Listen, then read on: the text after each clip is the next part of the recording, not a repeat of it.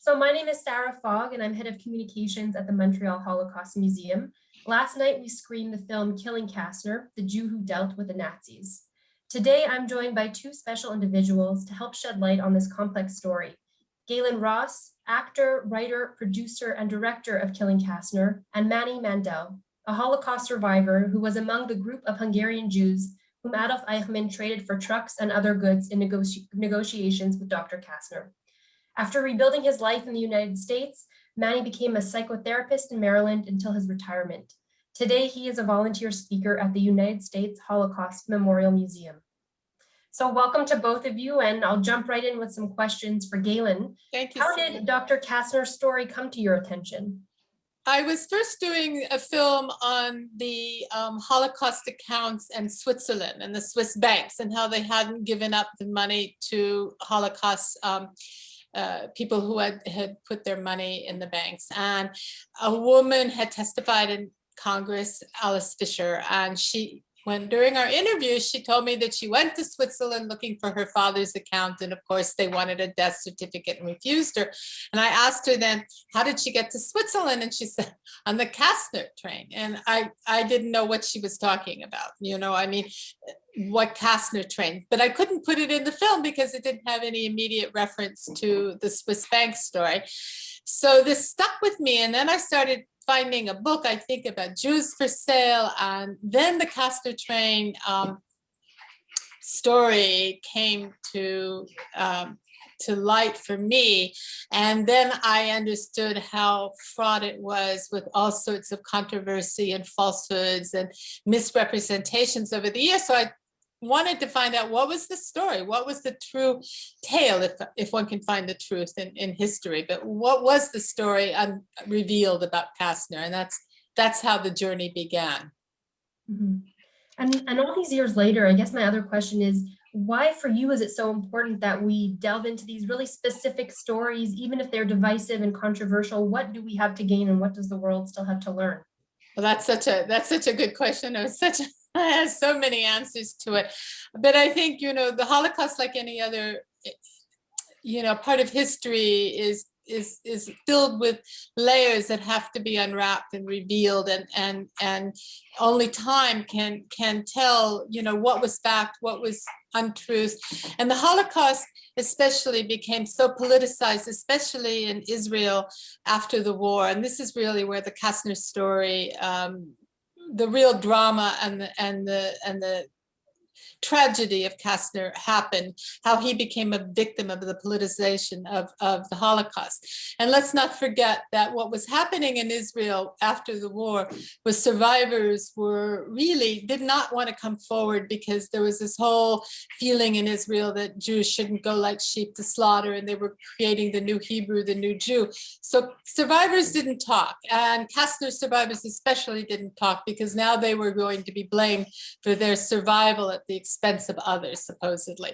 So this story got buried in all of that. And I think that what we're finding in now, especially in films and books about the Holocaust, the complexities, the gray zones, films like Son of Saul, things are not black and white. Survival is not simple. Survival is very, very complex, and people would like to make survival or their stories more simplified, and it's not.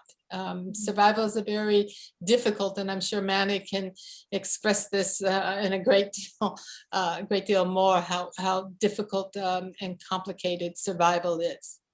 Yeah. So I guess if we delve more into Kaszner's story and his work rescuing Jews during the Holocaust, for so many historians, it's really the altruism of a rescuer or a righteous among the nation that really identifies them as such. So for you, what would be, I guess, the greatest evidence of Kaszner's altruism? Well, I don't know that altruism is the right word. I would say rescue and survival is another dimension altogether. Of course, the Jews who were, the righteous of nations who were non-Jews who saved Jews had incredible courage and empathy for humanity in order to hide and rescue Jews. But what do we do about Jews who rescue Jews? And I remember very clearly, when I went to Budapest, there's a statue there of Karl Lutz, and the statue, Karl Lutz rescued many as a non-Jew in Budapest with visas. And the statue is a Jew lying prone on his back with his hand lifted up, and above him, like the angel, is Karl Lutz. And so that's the picture of the Jew who was the victim and needed rescuer. So what do we do with Kaszner, who was not on his back, and he wasn't a Christian, but he went into Gestapo headquarters every day, could have been killed at any moment, could have been sent to Auschwitz. All of the small, tiny Zionist committee that was part of this rescue group were very brave and courageous and standing up not only to the Nazis, but also the right-wing Hungarians, then the gendarmes and the political reality. But the point is what is rescue, and why do we talk about Jewish rescuers? And only lately at Yad Vashem, I think it was during the making of the film, they even opened up a room that honored Jews who rescued Jews. And don't forget that Yad Vashem was based on the Warsaw Ghetto, Jewish Warsaw Ghetto resistance. And that's also the day that marks Yom HaShoah. So Jewish rescuers were not discussed. And I think part of it is because it's very complex and very painful. And the idea that there was a Jew like Kaszner or others, Gizzy Fleischman is another example, who could rescue other Jews, was a terrible mirror for Jews who couldn't do it for themselves, for their own family and for their own community. So I think it's a long time that this topic hasn't been talked about, and it still needs to be talked about. And I would add one more thing.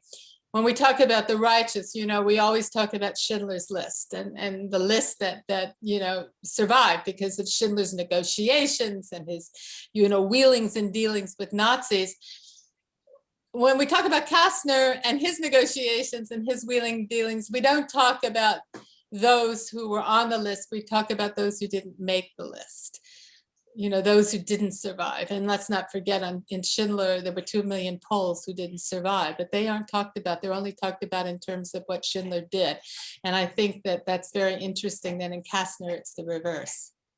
Mm-hmm. And you kind of touched on this already, but just in case you have anything else to add, there was one scene in the movie that was so touching when one of his granddaughters has this kind of epiphany, and she just says that his role in rescuing Jews doesn't really fit with that narrative of rescue that we're able to easily digest. And I think you spoke to it perfectly, but was there anything else that you wanted to add about him not really fitting the narrative of what we're comfortable or used to? Well, I think I've said pretty much what I wanted to say. I would only say that in the film, the Nazi who was a war crimes prosecutor, Eli Rosenbaum, and I just want to read what he said in the film because I think it's very, very important what he said. He said, the only hope of saving any lives was to do what they ended up doing, which was to negotiate, stall for time, bribe Nazis wherever they could, that had worked elsewhere. And it was the only thing that had worked elsewhere. Resistance had not worked. And I think that, yes, there were Jews who were partisans and they, picked up guns, but that was very, very few. The Warsaw Ghetto was very brave in their uprising and the Jewish Warsaw Ghetto and their resistance, but it wasn't about saving, it was about surviving or a last stand. And I think that the idea of rescue has to be put into another context. To sort of jump to, I guess, the time since the film was released, it's been a few years now, and I was wondering if any new details or information has come to light, and then also what the feedback was from the public, the survivors, and the Kaszner family, of course. Well, I think the response to the film, and Manny can attest to this because he's been to quite a few of the screenings, has been really phenomenal. I mean, there were lines in the theaters when it opened in New York, and it was in Israel. I mean, it was an incredible sensation. They even, which was remarkable for Israel, after the theatrical showing, they put it on television at prime time on Yom HaShoah, which was unheard of for Kaszner, 2 years in a row. And simultaneously, they had 2 screens at the Jerusalem Performing Arts Center showing the film live. So it was phenomenal. And the debates would always continue way past the end of the screening into the lobbies, onto the steps, and the arguments continuing. And I think one of the things that has been very important has been the documents that have come up during my filming and afterwards about Kaszner's role. And, you know, when he was doing the trial, there were all these testimonies, and I think it's in the film, you see that the testimonies for Nazis that he gave after the war, why he gave them, and at the behest of Ben-Gurion and the government. And this was all kept very quiet because of the very complicated political issues dealing with Israel and Germany at post-war at the time.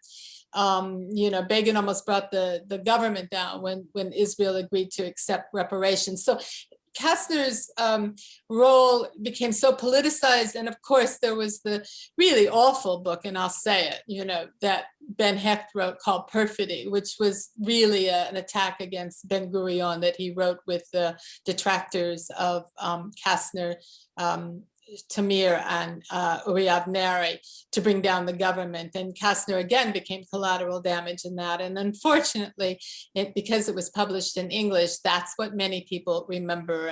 And of course, most of it is falsehood. And I guess we can watch the movie to get your answer on this question, but what is it that you hope viewers take away or remember of Kaszner and his story?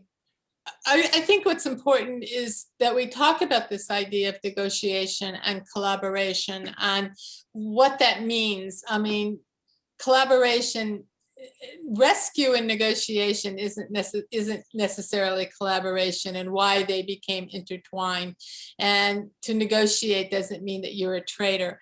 I think Manny and the survivors, and it wasn't just those on the train, but 10,000 that were put into a labor camp in Strasshof instead of going to Auschwitz because of the negotiations, and their children and their grandchildren and generations to come are testimony of what rescue means.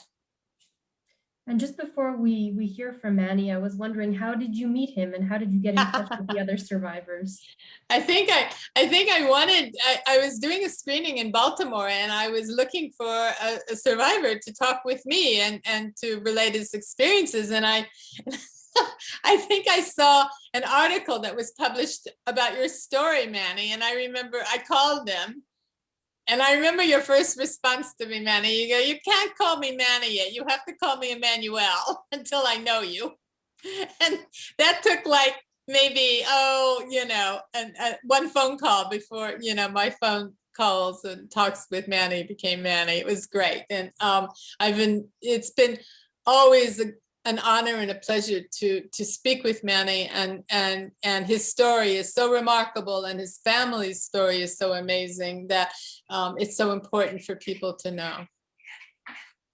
So Manny, I guess my first question for you is really, although you were very young when the Holocaust began, what do you remember about life before the war in Budapest? Well, yes, I was young, but I remember I have very, very good recollection of many, many things, even those that I didn't understand. And of course, didn't understand any of this. And I was born in 1936, in the middle of the 30s. I would say to you that Budapest, or Hungary in those days, was about as good an existence for Jews as there was anywhere in the world.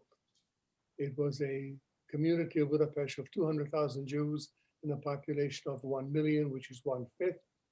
I think that the Hungarian Jewish community in those days was at the top of the heap in many, many ways. I have no recollections of anything negative, not that early. Now, those that happened in the very late 30s, I may not remember. But the point is, nothing happened there that was anything less than perfect, quote unquote, until the beginning of the 40s. So I think that life went on. I mean, I remember as a child, I went to here and there with my parents. We went on vacation, went on trips. Travel was not restricted. And I think life was, from what I can recall and from what I've learned since, good.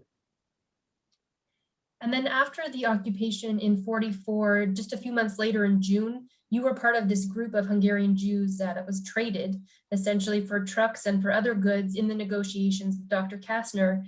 But instead of leaving Nazi-occupied Europe, you were diverted to Bergen-Belsen. So you were there for about 6 months, I believe, and I was hoping you could tell us a little bit about that time and what it was like. Well, let me back up just a tiny bit. Negotiations, by definition, means that you start at a certain point and you move from there. The negotiation of 10,000 trucks to be supplied by Kasztner for 1 million Jews was a set of demands and a set of conditions that could never have existed for several reasons. One, if Eichmann wanted to release 1 million Jews, he wouldn't have. And he didn't have them anymore, not that late in the war. This is in July of 1944. As far as Kasztner was concerned, he didn't have a hubcap, not 10,000 trucks. He sent his buddy, or they sent his buddy Joel Brand, with whom he went to see Kasztner originally, to Egypt to discuss with the British some questions about logistics and transport, because the British had all of the control of any kind of transport in the whole European theater. Joel Brand was arrested as a spy, spent the rest of the war in jail, and survived the war. So the negotiations as they began were not to happen, but you have to begin somewhere, usually in a position that nobody can understand. And you want to understand that you have to have some understanding of Kasztner himself, which I'll make a couple of comments. If Kasztner had not been Kasztner, this never would have happened. Kasztner was a gentleman apparently of incredible intelligence, reputedly spoke several languages. He was a lawyer, which is why he's called Dr. Kasztner by the European tradition. And Kasztner decided, to some degree, in my opinion, to do this because he wanted to be Kasztner, who in fact is able to go and see Eichmann in the Excelsior Hotel in Budapest. Let me tell you, to see Eichmann in those days in Budapest when he arrived would have been about as easy as going to Rome and saying, I want to see the Pope now. He was able to talk himself into the situation and, quote, discuss and negotiate. To the very best of my knowledge, there was only one benefit that Kasztner got from this whole episode, and that was that his family, some 20 some of them, were part of the group. He arrived in Israel later on with a shirt on his back. So some people think that he got tremendous kind of benefits are just wrong. Kasztner arrives, Kasztner negotiates, and then we're supposed to be taken to a neutral port to be shipped out of Europe, because Hitler's position was get Jews out of Germany, which he did, get Jews out of Europe, which he almost did, and get Jews out of the world, which he didn't do. Because we were this hostage group, we were a group that was composed of 1,700 people in exchange for a great deal of valuables that could be carried in suitcases. There were no trucks, but the people who made the arrangements, Kasztner included, were smart enough not to give the Nazis the goods until we were, quote, safe. However, the Nazis decided to pull a detour, and instead of going to some neutral port, maybe in Spain or maybe in Turkey, we went to Bergen-Belsen, which nobody knew about. I mean, we didn't know the place. Now, you ask about life in Bergen-Belsen, and you ask about how our life may have been different from other prisoners. Bergen-Belsen was not a killing camp. People died in Bergen-Belsen from malnutrition, starvation, and typhus. This is a bug-infested kind of a disease for which at that time was no real treatment, because the treatment comes from antibiotics, which we didn't have. However, our group had a major, major privilege. We were not, I was a child, but the adults were not sent out to work every day. So even though food was non-existent almost, and conditions were very primitive, and we had to be outside for census things from 4 in the morning to 11 o'clock in the morning, most every day, for much of the time, life was very difficult. But we had the major advantage that since, in fact, we were a group of negotiated bargains, they wanted to maintain that we live. I don't think they would have gotten the money for dead bodies. So there is a point here that says you keep the hostage alive, otherwise you have no hostage. And you have no hostage, you have no opportunities for what you wish. One other comment. This is Eichmann arrives in Budapest in March 19, 1944. Now, even though this is a couple months before D-Day, it appears from historical documentation that all of the Nazi government knew that they're not going to win the war, except for Hitler himself. As a consequence, the Nazi high command up and down the line was doing negotiations with a number of groups. We were not the only group. It's the only group that happened to be Kasztner connected. I had a friend here in Washington who's now gone, who was in a group who also wound up in Switzerland on a negotiated agreement, but it was not part of our group. They were trying to do something, whatever they could, to in some way protect their rear end for what happens after the war, because they realized the Eichmanns and Himmlers and whatnot cannot go to a given place and say, give me a job because I'm Eichmann. So they wanted to have some arrangement, and as you know, many of them wound up in South America. But I wanted to make the comment as to why this happened, how it happened, and how our group was different than other inmates whom we saw marching to work every morning and coming back from work every afternoon. Thank you. And on that note as well, what did liberation look like for you from that camp and your eventual journey to Switzerland? Well, we arrived in Bergen-Belsen in boxcars, 35 cars for 1,700 and some people. We left Bergen-Belsen on German troop trains. Now, these are passenger trains that have been shot up and glass was missing and so forth, but there were seats in them. So our trip from Bergen-Belsen to Switzerland to the German-Swiss border was in many ways uneventful, except that there were some air raids along the road and the train had to stop.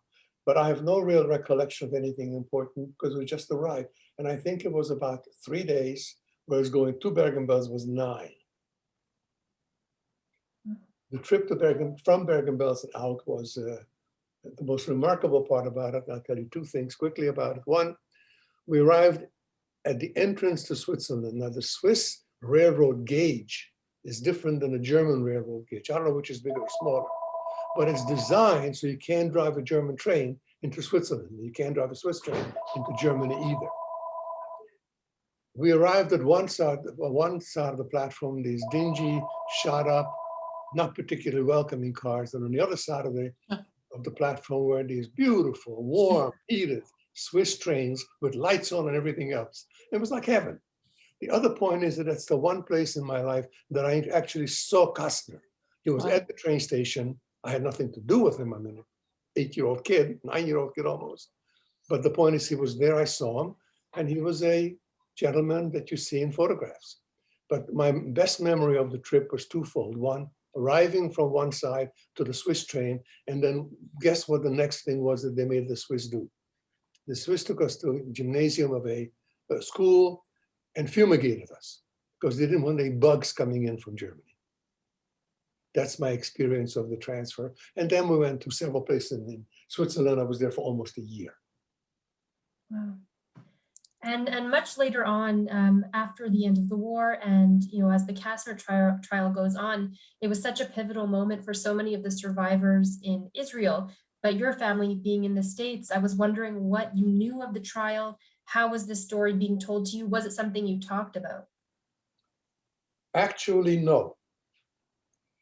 Not because we wanted to avoid it, it just wasn't part of the conversation that came up. But that's not unusual, even though it was a Kasztner situation with which we had direct connection. Discussion among survivors, first of all, there were no survivor groups, there were no survivor organizations. None of that began until early 1980s, when there were 2 major conflagrations, one in Israel, one in Washington, of survivors. It began to create part of the survivor organizations that now exist. Prior to that, people lived their lives and did not live in the survivor past, but in the new American make a life for yourself present. And that's what I remember most. We had friends, my parents had friends who were survivors. There's a young woman, and I hope that she's still around. I had contact with her in the last 6 or 8 months in Philadelphia, whose parents were in the group with us, and so was she. She's a bit younger than I. She came out, you may know that the Kasztner group was released from Bergen-Belsen in 2 sections. After 6 weeks, about 350 were taken to Switzerland, and I was not one of them. She was. So Julie and I have had some contact, but not as kids and not as discussions of Holocaust. One other anecdote, which is nothing with Kasztner. In high school, I played soccer. I was in a position where the guy next to me was a young man from Belgium by the name of Charles Roger. Charlie became an ear, nose, and throat physician. Charlie was a survivor of the Holocaust. In playing ball next to him for weeks and weeks and weeks for 2 years, we never mentioned the Holocaust. Not because we wanted to avoid it, it just didn't come up. It wasn't something that was normally discussed among people. I hope that answers your question. Could I just ask, Manny, could you just talk a little bit about your father? Because he was such a remarkable man in Budapest, and just mention him a little bit. Well, in an odd way, my Holocaust experience or my anti-Semitic experience actually happens before I was born. Let me explain. You may know that I was born in Riga, Latvia. Now, my parents don't have Latvian connections, family, or contacts. They have nothing to do with Latvia. My father learned a few words and a little bit in Latvian. Much of his day-to-day conversation in the 3 years he was there was not in Latvian because we had no connection. So why is he in Latvia? He was born in Transylvania, Eastern Hungary. After the First World War, that became Czechoslovakia, and he was drafted into the Czech army. As a Czech Jew, he could not get working papers for a job in Hungary, which is what he wanted when he finished cantorial school in Vienna. He looked around, and I know that he traveled to a number of places, Groningen in Sweden and Hook of Holland and London, and was able to get a position in Riga as a successor to a very well-known cantor, who I'm not going to discuss. But that's how he gets to Latvia, and that's why I'm born in Latvia. So in an odd way, I'm born in a strange nation, strange land, because of some anti-Semitic papers. In 36, when the year I'm arriving, they got information that my father could get a position in Budapest, which is what he wanted, to be one of the chief cantors of the Rombach Street Synagogue, one of the 2 main synagogues in the city. To him, that was arrival at the Metropolitan Opera, and he thought he would be there for the rest of his life. Not quite so. Yeah. And I guess the final question I really have for you is, I know that you're a speaker at the U.S. Holocaust Museum. When you talk to kids there and to school groups there, what is it that you tell them about Dr. Kasztner? And I guess what would you like us to take away really from his story? Well, I tell people as I discuss it, and I don't discuss it the same way or the same amount of time in each place. I talk about the fact that he existed. The fact that a person such as Kasztner, who decided for a number of reasons, including a certain amount of intestinal fortitude, to rescue the world. But he couldn't do the whole world, but he did several sections of it, me among them. So I talk about him as the only Jew that I know of who did the kind of heroic things that he did. I'm not saying that that makes him any better than anybody else, but it makes him different than anybody else. That's what I talk about. That's a great answer. And just to wrap up, is there anything else that either of you wanted to say? I think as Manny said, that the stories especially about Kasztner need to be continued and explored and discussed. And we need to talk about the Holocaust not in rigid terms, but to open up all the complexities of survival. And I think, the experience that women had, the experience that people had in camps, the people, that all of this conversation needs to be continued. And unfortunately, we're losing so many survivors. That's why someone like Manny is such a treasure, who can speak to this time and this experience in a personal way. Let me add a couple of things. It's important to talk about Kasztner because it's important to talk about all of these characters in history. I happen to be a fan of one George Santayana, who said 100 years ago or so, that those of us who do not learn our history may be doomed to repeat it. Now, I'm not saying he was talking about the Holocaust, but the point is we can never learn from the future. In terms of our lives, we must learn from the past in order to plan for the future. And if we don't learn about the past, we are in some ways in trouble. And Kasztner is a very important part of the past. is an important figure in a situation where he is unusual, and in, I could say the word appropriately used, he is unique. And I would add only one other thing, that some of my survivor friends here in Washington use to say it, that their grandchildren are the result of Hitler's inability to be successful. One of the issues with Kasztner is that his granddaughter, the one that you mentioned in the film, at least one of them, or the two of them in the film, is in fact a member of the Israeli parliament, and a successful member of the parliament. I'm not sure I agree with her politically, but that's not the point. It's Merav Michaeli, and she's now not only a member of parliament, she's now revived and trying to rebuild the Labour Party, which her grandfather was a part of, and she's now the head of the Labour Party. So you she's, you don't have to agree, but she certainly has earned her place. But Mirav, but she is a member of parliament, and I think that's a major achievement. I mean, after all, why not? Of course, of course. And so Gaylen, in case anyone missed the screening, where else can people watch this movie? Is it available for renting online? It's on Amazon and Prime. It's on Vimeo. It's now just got on a platform called Flix. It's definitely available for screening. And I would just like to add, the film and our discussion can't tell everything about the story because it's so complex. There's some very, very good books about it. Ladislas Loeb wrote a book. Anna Porter wrote a book, who's Canadian. And just now in English translation, it's very important, Peretz Reves, who was part of Kaszner's small rescue group but didn't go on the train. He stayed in Bratislava, and he continued negotiations with the Germans, and his book is now published and it's available on Amazon. So all of these stories provide a whole world of context and background that a film simply can't do.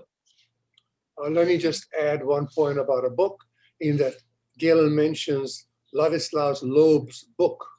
Laci Loeb was in the group. Yes. He was 11 years old at the time. This is a Hungarian-born Swiss educator, German professor in England. Laci now lives in Switzerland and in England, and his book is very well written. The Toronto-born, no Hungarian connection, Anna Porter's book may be the best book about it, the best written book by an author, and I recommend both of those things. Well, thank you both so much. I'll have to check out those books, and thank you for joining us and sharing your story with Montreal. Thank you very much. If you need help in the future, please let us know.